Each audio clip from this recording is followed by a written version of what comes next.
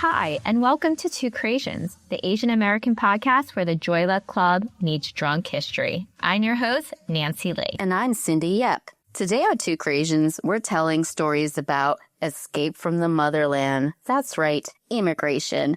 Our own stories and stories from history. And we're telling them the best way we know how. Drunk.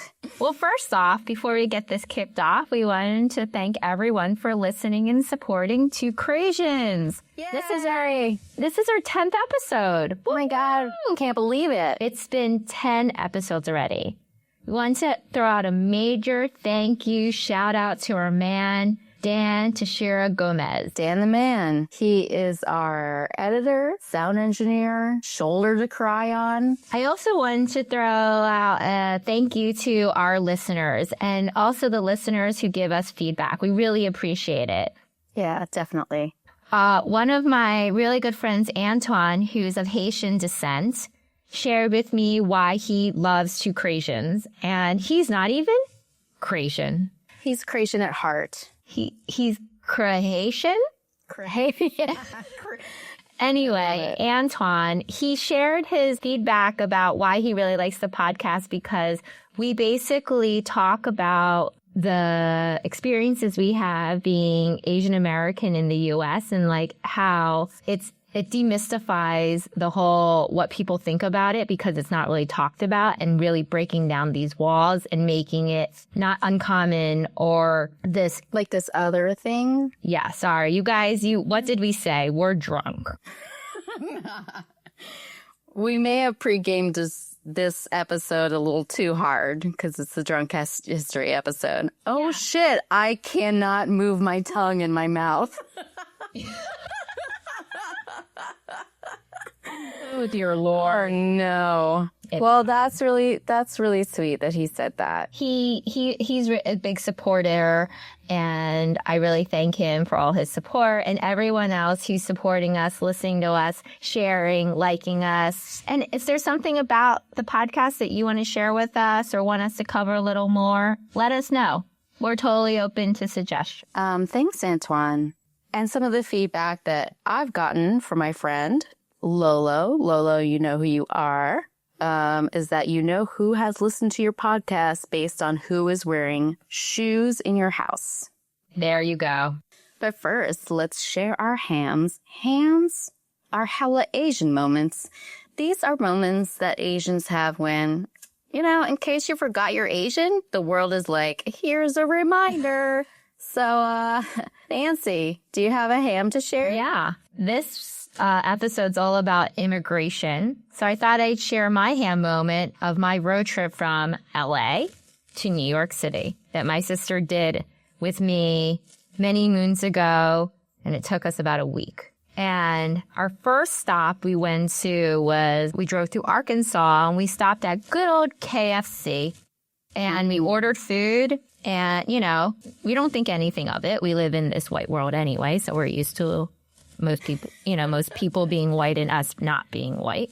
Mm-hmm. And we get there and we order and we sit down and my sister looks at me while we're eating and she just looks at me and she's like, Nancy, hurry up. I'm like, what the hell? We just got here. We've been sitting in the car for hours. Like, no, I'm taking my damn time, Angela. And she's like, just hurry up.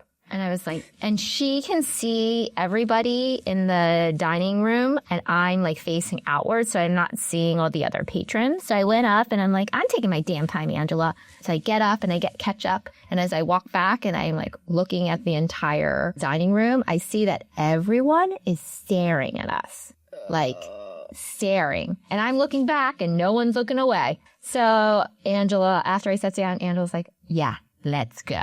And it's like, I love her reaction. It was like she saw a zombie apocalypse coming and she was like, let's go. Let's hammer some nails into a baseball bat. And I'm like, get the fuck out of here.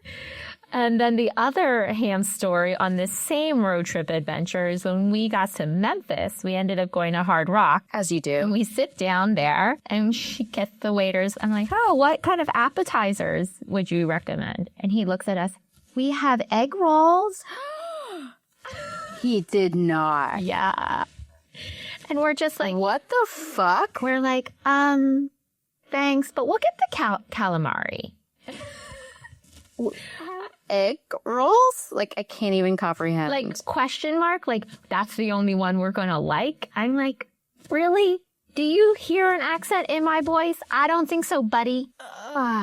I just find it's really funny when you like, it's like what we've talked about with other people when people come, our other dating episodes, when people are like, I had an Asian friend, and they're just like, great, gold star for you. Yeah, good for you. Anyway, what about you? Do you have a ham? Yeah, I have another travel ham from my recent trip to South America.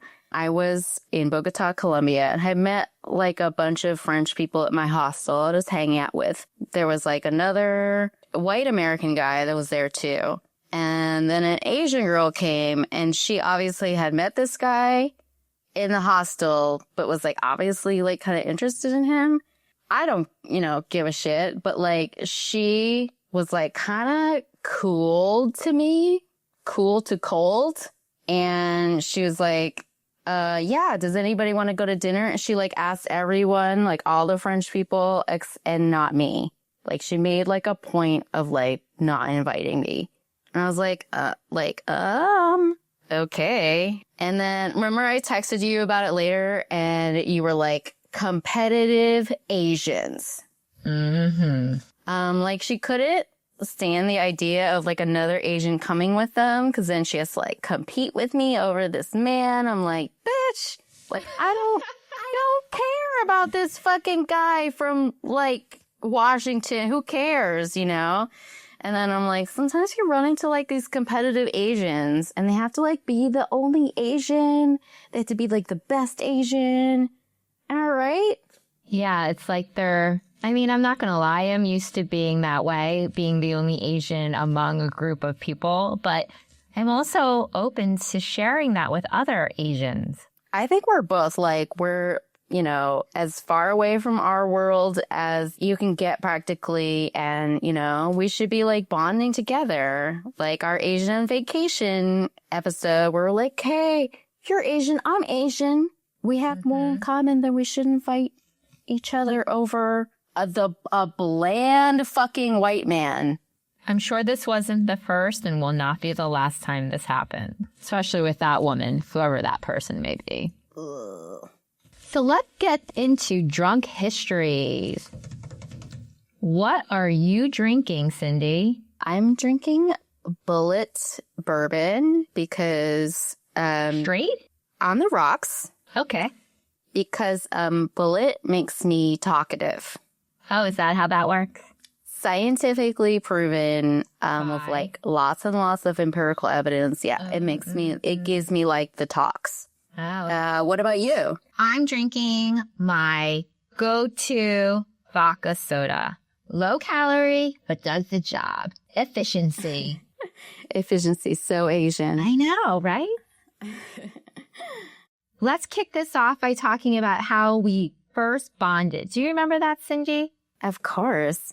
We were chit-chatting about like where we come from, and then we just realized that we had very similar paths about our family history and shared these immigration stories about our family leaving Red China to go to a better world or land, and how they experienced. And they're like stories that are like they're kind of unbelievable.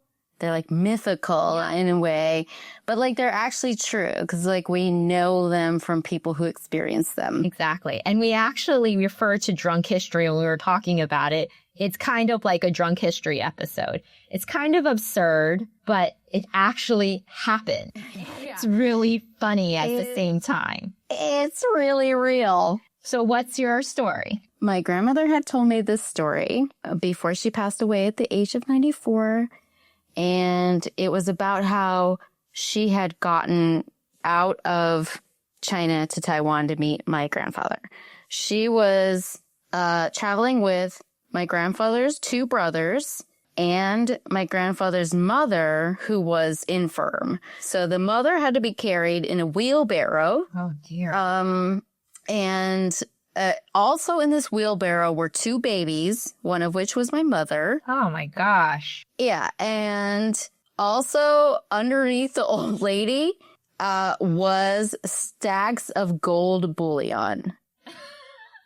because they were leaving from Shanghai, and I guess the communists had paid her for their townhouse so they could take it over. So underneath the old lady and the two babies was like a bunch of gold. And they walked with this wheelbarrow, pushing this wheelbarrow for 2 weeks. I remember she said that every day they would have to buy new shoes because they would wear out the shoes that they were wearing. And when I think about like things like that, I think about how we have it so easy. I know. That's exactly what I was thinking.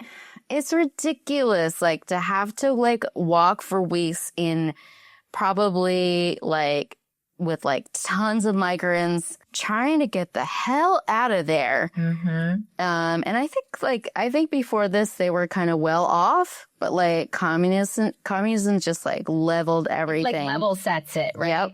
And so they were like amongst the lucky ones actually that were able to get out. Yeah. I think I agree. I agree. When you hear stories like that, you kind of wonder how people actually did it. Like you hear it, you're like, how did they actually go through with it? But I guess if the two options is staying in China and losing everything or going somewhere else, a bit of better life, I guess the latter. So thank you, Grandma, right? And thank you to all the people. Yeah, Po. That's is that your dad's? Your mother's mom. So I already know your immigration story, but it's still amazing every time I hear it. What was your story? Well, my story was about a chef. Like, you guys know my parents owned restaurants, and one of our chefs, his name is Jimmy. He was a chef for my dad for a while, but my dad shared a story about how Jimmy actually escaped China. And Jimmy was great. Jimmy worked for my dad for over 20 years. So Jimmy actually was in China. He was in South China, so kind of close to Hong Kong, right? So that was where a lot of people were going. Hong Kong was actually not part of China at the time, was still with the British. So a lot of people were trying to get there. And so what Jimmy did was slowly start collecting, what do you think? Ping pong balls.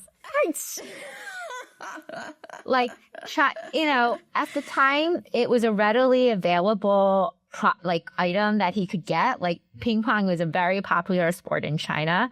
So he started collecting them. Now I don't know how many days, or was it 30 days? Was it 1 week? Was it 6 months? I don't know.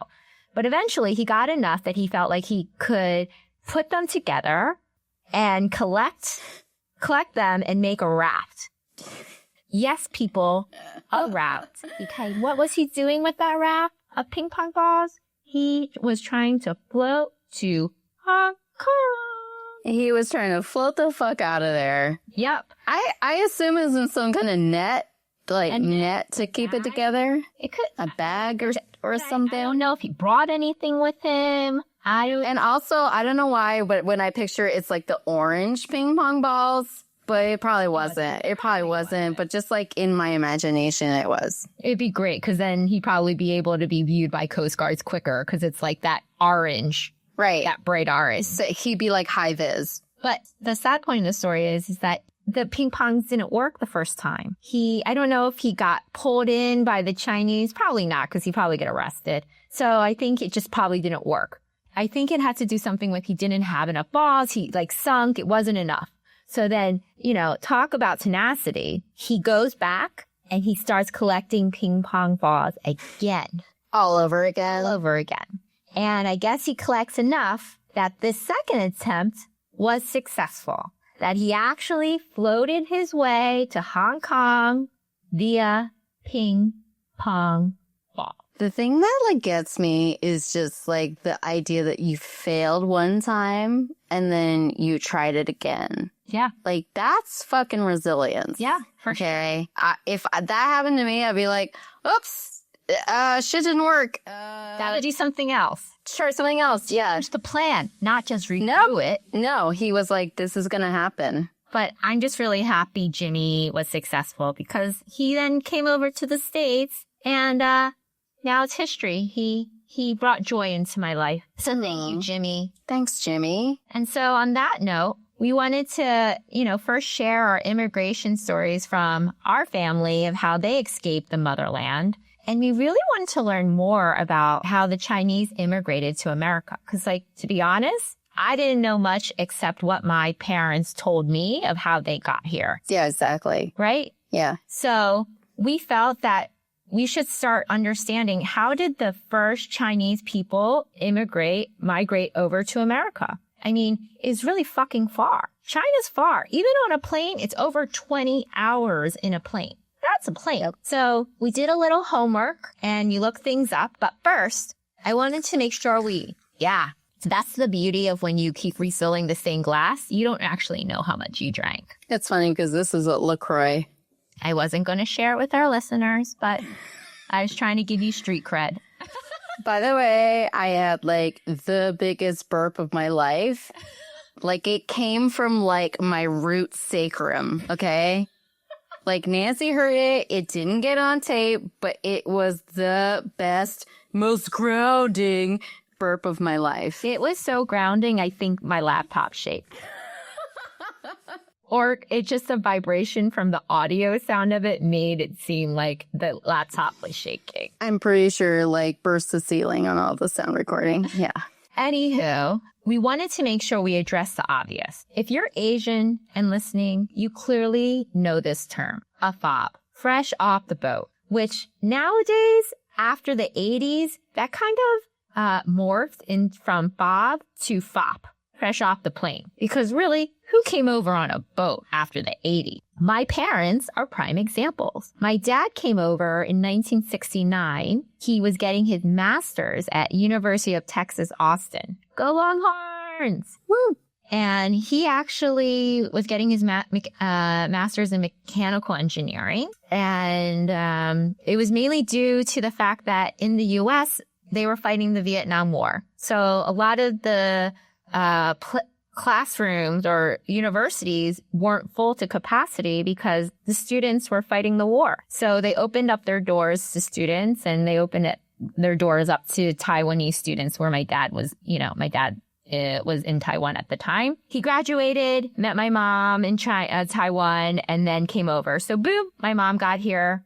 And then that's how me and my sister got here. So thank you, Dad and Mom and Dad. I really appreciate it. What about you, Cindy? How did your parents come over to the U.S.?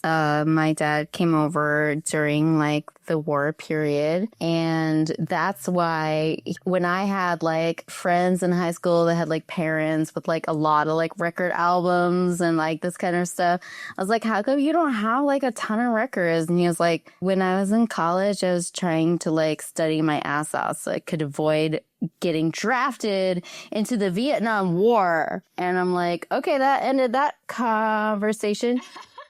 That's okay.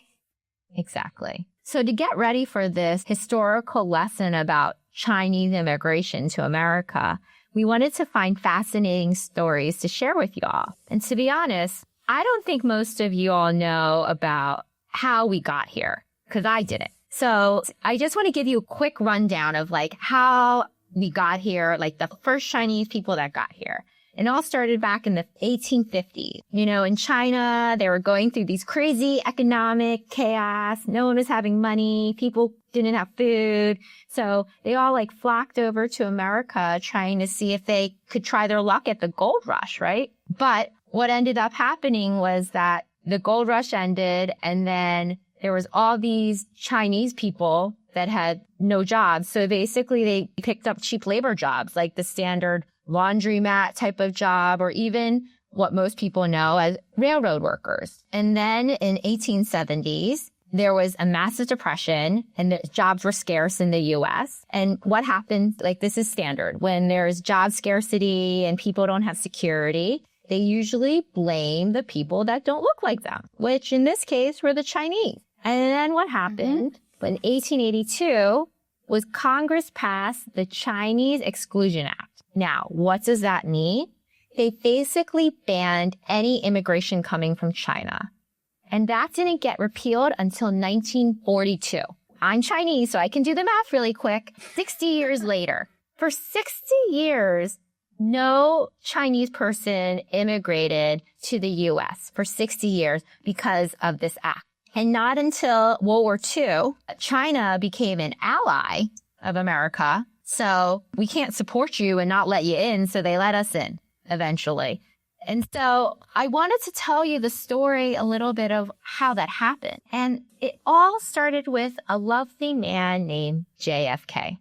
Now, everyone knows who JFK is. He was not only the hottest president we had or have. We can give some to Obama. No, I was just going to say that. I was just going to say that. Obama's also pretty hot. But anyway, it all started back in 1957. To remind you guys, the Chinese Exclusion Act was passed in 1882. We are now in 1957. Chinese people still could not immigrate over here. And so the ADL, the Anti-Defamation League, asked JFK to write something and publish something about immigration policy. Because at the time, the immigration policy was basically only allowing people from certain countries to come over.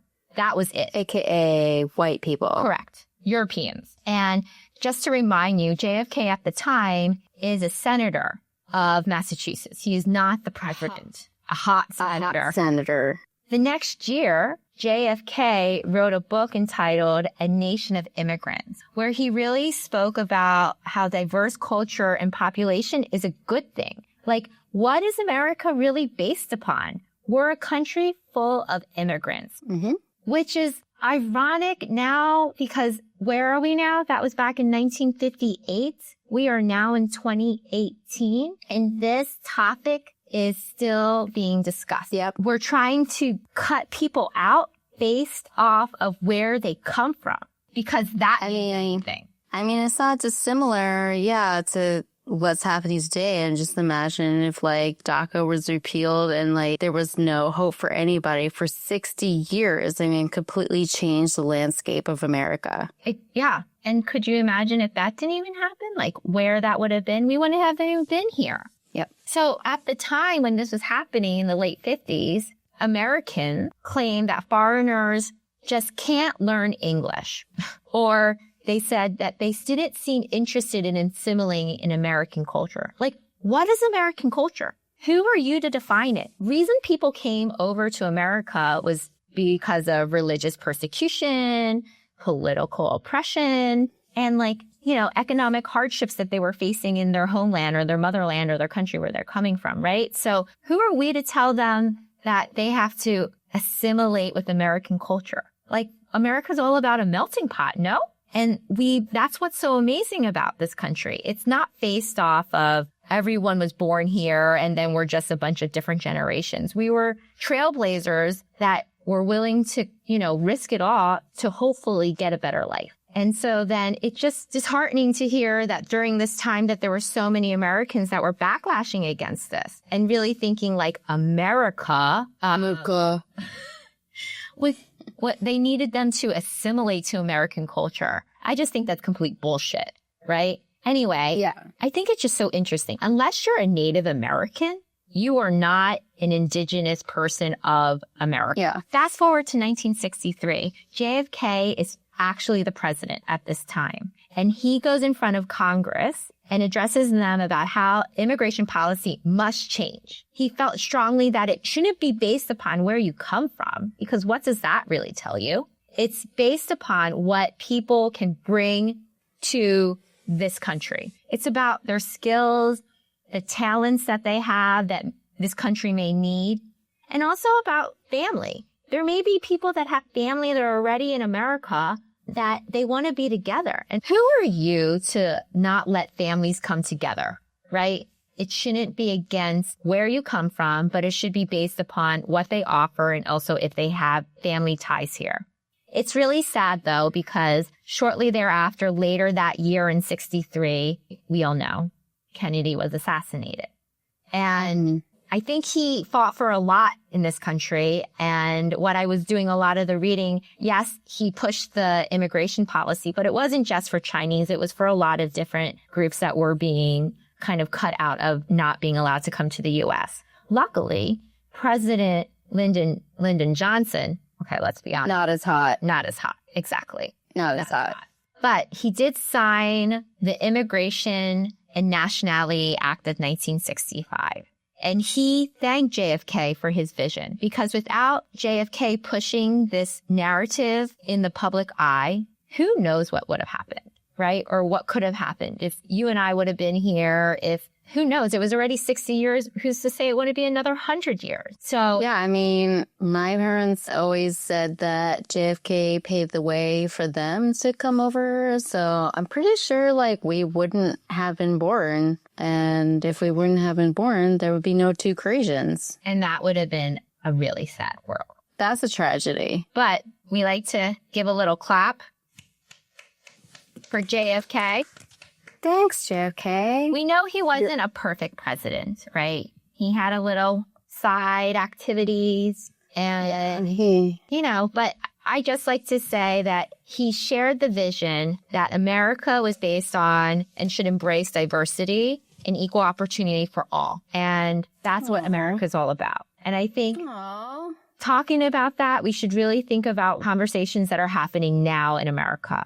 And remember that this is what this country's about. It's about bringing people of different countries and cultures and thought in one place and respecting them. I learned a lot. I didn't know about this history, and I didn't know I have to be giving JFK a high five up there, because without high five, you're not just an airport.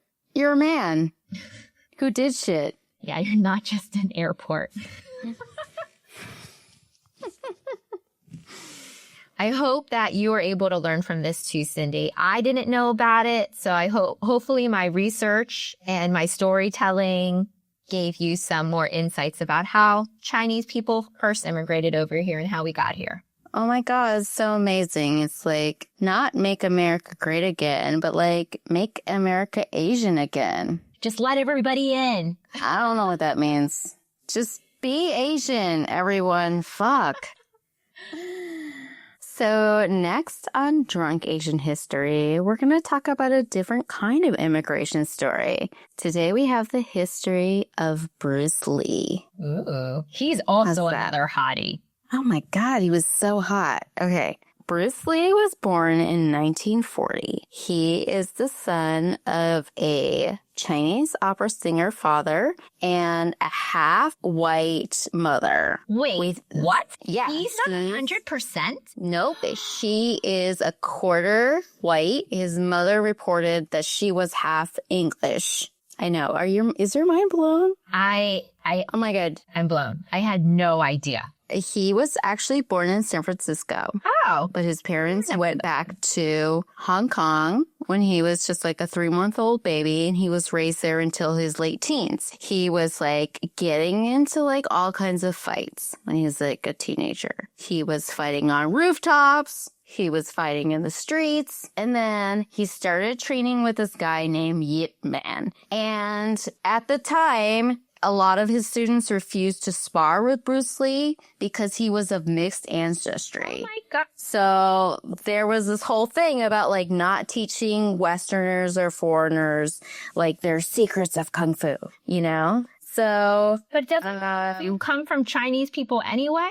Yeah. Oh, but because he's a quarter. He's a quarter. So he was still getting into fights, and then he like beat up someone from some triad, and they were like, you need to get the fuck out of Hong Kong because like we don't know if we can protect you anymore. So him and his family moved back to the U.S., and then he starts a bunch of martial arts schools. And his policy was to let anyone into school, like white, black, Asian. Like, it didn't matter to him. He was like, anyone can have this knowledge. But the Sifus in Chinatown and SF had a problem with this. They're like, we can't let the white devil have like these secrets. So like they challenged him one time, and they had like a formal challenge in his studio in Oakland. And his wife, Linda, a white lady, was there, and she was 8 months pregnant. And she said that Bruce Lee pretended to accept a handshake from the challenger,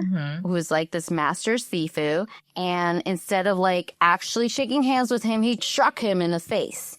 Within 3 minutes, he pinned this guy to the ground and he was like, do you give up? Because his premise was just that it's not about formalities. It's not about like practiced, predictable events. It's about like what's actually going to get you to your end result. He starts to teach martial arts in a way that has never been seen in America at this time. There had been like competitions in which it was non-contact and like touches that you would score on opponents would be judged by like a panel of judges, and they would be like, this is what would have happened if, you know, this was a real fight. But like Bruce Lee came from like the streets of Hong Kong. Ah! And he was like, I fought on rooftops. I fought in the streets. And like, this is not how it really is. And he was like, this is bullshit. And he called it organized despair, and he called it dry land swimming. And like, he started to look into physics, and he started looking at like European fencing and boxing to like, you know, basically make fighting the most efficient it can be, as far as like taking down your opponent without a lot of like demonstration or like a lot of flourishes or things you don't need. By like 1970, he's being sought after by celebrities. He's doing one-finger push-ups, you know, and demonstrations. He's like, oh. 1970 hurts his back. So for 6 months, his doctors say he has to stay in bed. And like, this is horrible for someone like Bruce Lee. He's like, oh, I just really want to do Kung Fu. But he's like, I'm going to use this time to study in bed. So he studies different types of martial arts. He studies different religions, philosophies, and like psychology. And like, he actually comes back better than ever. He gets into believing like yourself is like all you need to know. It's like looking within the soul is knowing yourself honestly. It's not about the method or like a system of tricks you need to know, because those are all like predictable. It's about like knowing your own limitations and adapting to the situations. So he has like this total epiphany, and he decides that like he needs to bring like this truth to the world. But like the way he's doing it with like his different martial arts schools, that's going to be like a little too slow. So he decides that he's going to bring it to Hollywood. Wow. But he immediately starts to have some difficulties. They want to cast him as like this kind of like pigtail, like chop, chop, chop, chop, chop, like chop suey, you know, like stereotype. And he's like, yeah, like I'm not into that. Like that's not cool. That's not like who I am.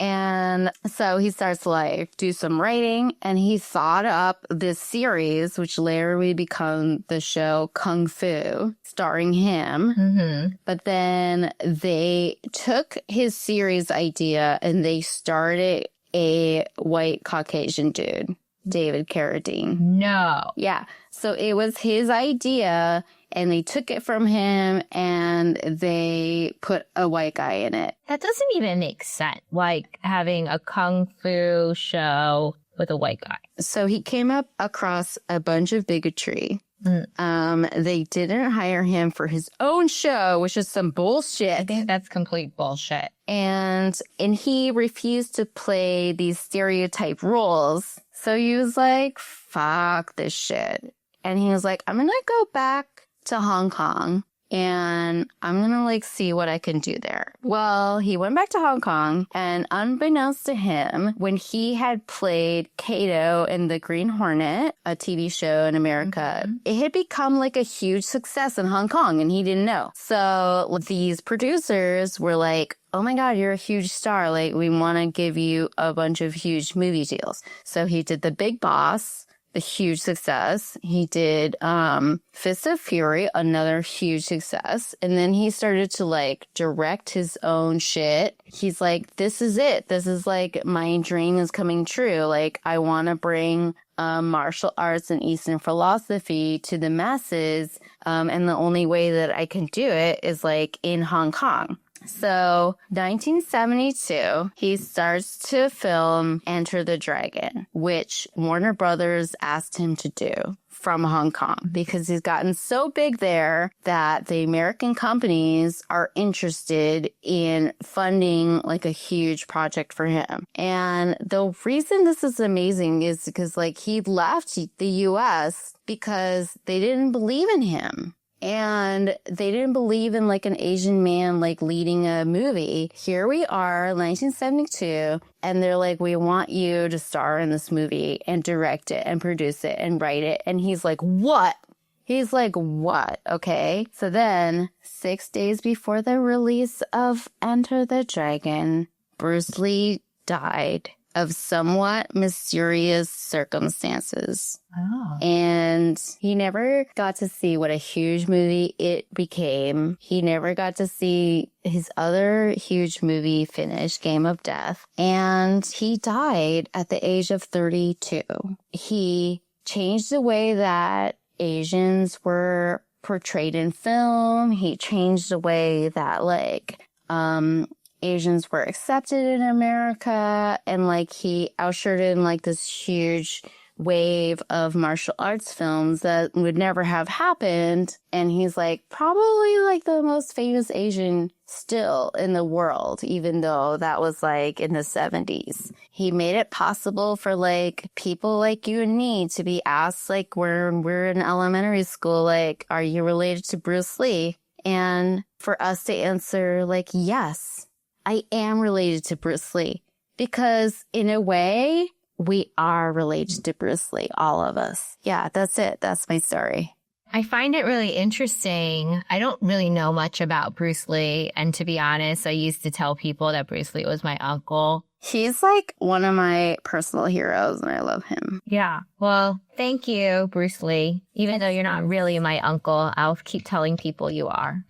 Anywho, after we've learned about the immigration story of the Chinese folks coming to America, we learned about how they got here or how they weren't allowed here for a while. And then we also learned about Bruce Lee and how he was a trailblazer for us. So I think we can wrap it up now and say thank you to everybody for listening. Yeah, thanks everyone for our 10th episode. You can find us on Instagram or Twitter at 2Creations. Like us on Facebook, review us on iTunes, and we would love it if you could tell a friend. I'm sure that you know a Creation that needs to hear this podcast. Hopefully this drunk Asian history version was fun. We may have slurred a little and clanked a couple glasses on the way. But I had a lot of fun. I don't know about you, Cindy. I mean, I had a good ass time. So until next time, bye-bye, love. Bye, love.